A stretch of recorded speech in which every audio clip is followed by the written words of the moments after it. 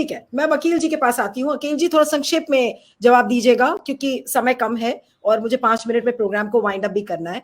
मैं आपसे यही जानना चाहती हूँ कि जो बात अभी मनोज जी ने कही, और मनोज जी के मैं अनुभव पर कोई सवाल नहीं उठा सकती हूँ क्योंकि बहुत वरिष्ठ है और दशकों से वो कवर कर रहे हैं। अब अगर वो ये बात कह रहे हैं कि तकनीकी गड़बड़ी हुई है या किसी तरीके की कोई गड़बड़ी की ओर उन्होंने इशारा किया है, तो फिर गलती मानने में क्या दिक्कत है? शालीनता से उन गलतियों को मान लिया जाए कि भाई यहां पर ये टेक्निकल फ्लॉज थे, वहां पे ये गलती हो गई है। लेकिन गलती ना मानने के बजाय आप प्रधानमंत्री पे या बीजेपी पे एक पर्सनल अटैक शुरू कर देते हैं, जैसे आज सदन के अंदर अभी सुनिए इनका भाषण। उन सीबीआई अगर उनसे पूछताछ करती है तो बड़ी पॉलिटिकल पॉस्चरिंग करने लगती है। तो ये क्यों किया जा रहा है? गलती शालीनता से मान लेने में क्या हो जाएगा? पार्टी छोटी तो नहीं हो जाएगी? देखिए हो जाएगा। नीतू जी हमारे वरिष्ठ पत्रकार जी ने जो बोला है, उन्होंने ये बात बताई नहीं है कि क्या टेक्निकल गड़बड़ी हुई है। ये जरा एक्सप्लेन करें क्या टेक्निकल गड़बड़ हुई है। देखिए वही पॉलिसी पंजाब में चल रही है और बहुत अच्छे से चल रही है और बहुत सक्सेसफुली चल रही है। और सबसे बड़ा किसी भी पॉलिसी का सबसे बड़ा जो ध्येय होता है, ऑब्जेक्टिव होता है, वो होता है जनता की भलाई के लिए कितना रेवेन्यू मिल रहा है। और वो रेवेन्यू जो है आप 2 नंबर या भ्रष्टाचार करके नहीं कर रहे, साफ साफ पॉलिसी के अंदर लिख करके कर रहे हैं।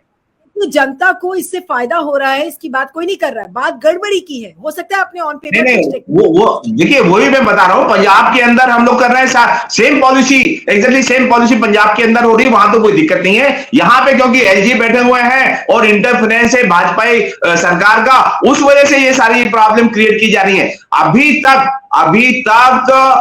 मनीष सिसोदिया के अगेंस्ट में कोई प्रूफ नहीं आया है। और जो 4 लोग जिनके मतलब स्टेटमेंट ईडी ने, सीबीआई ने जो लिए हैं, उनको टॉर्चर करके लिए, ये एक बहुत बड़ा केस साबित होगा आगे फ्यूचर में कि ईडी और सीबीआई किस तरीके से, जैसे क्रिमिनल्स होते हैं उस तरीके से टॉर्चर करके और गैस चेंबर में बिठा करके 4 लोग, चंदन रेड्डी हुए हैं, महेंद्र हुए हैं, इस तरह के लोगों से स्टेटमेंट ले लेना, ये एक बहुत बड़ा अपराध है हमारे देश के अंदर। और डेमोक्रेसी के अंदर एक डेमोक्रेसी का प्रयास है, उपहास उड़ाना है डेमोक्रेसी का। इतनी बड़ी संस्था जिनकी रेपुटेशन इतने सालों से हमारे देश के अंदर बड़ी इज्जत थी इसकी, और अभी भी जो यहाँ पे ऑफिसर्स हैं वो ये एग्री नहीं करते हैं, लेकिन उनको करना पड़ रहा है काम जबरदस्ती, क्योंकि ऊपर बैठे हैं अपराधी गैंग, मोशा गैंग जिसे मैं बोलूंगा, मैं कई बार बोल चुका हूं, मोशा गैंग ने पूरे देश को बर्बाद कर दिया है।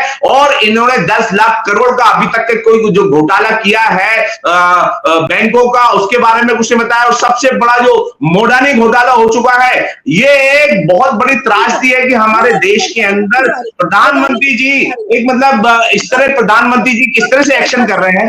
घोटाले के ऊपर है, मोदानी पे ना जाए। मैं अब श्रीकांत जी के पास जा रही हूँ। मेरे पास देखिए कनेक्टेड है। जब भ्रष्टाचार की बात कर रहे हैं नीलू जी, भ्रष्टाचार का आरोप लगा रहे हैं, तो हमें पूरा हक है अपना डिफेंड करने का, और हमें यह भी बताने का हक है कि इतने बड़े बड़े घोटाले और भ्रष्टाचार हो रहे हैं, उसके ऊपर सरकार कोई एक्शन नहीं ले रही है। क्यों नहीं? अगर एक्शन लेती होती तो हमें बोलने की जरूरत नहीं पड़ती।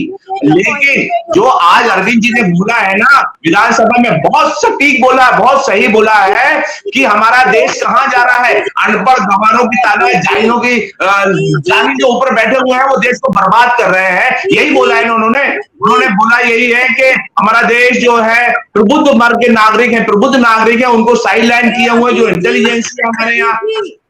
अखिल जी, हर प्रोग्राम की एक लिमिट होती है, मैं एंडलेसली नहीं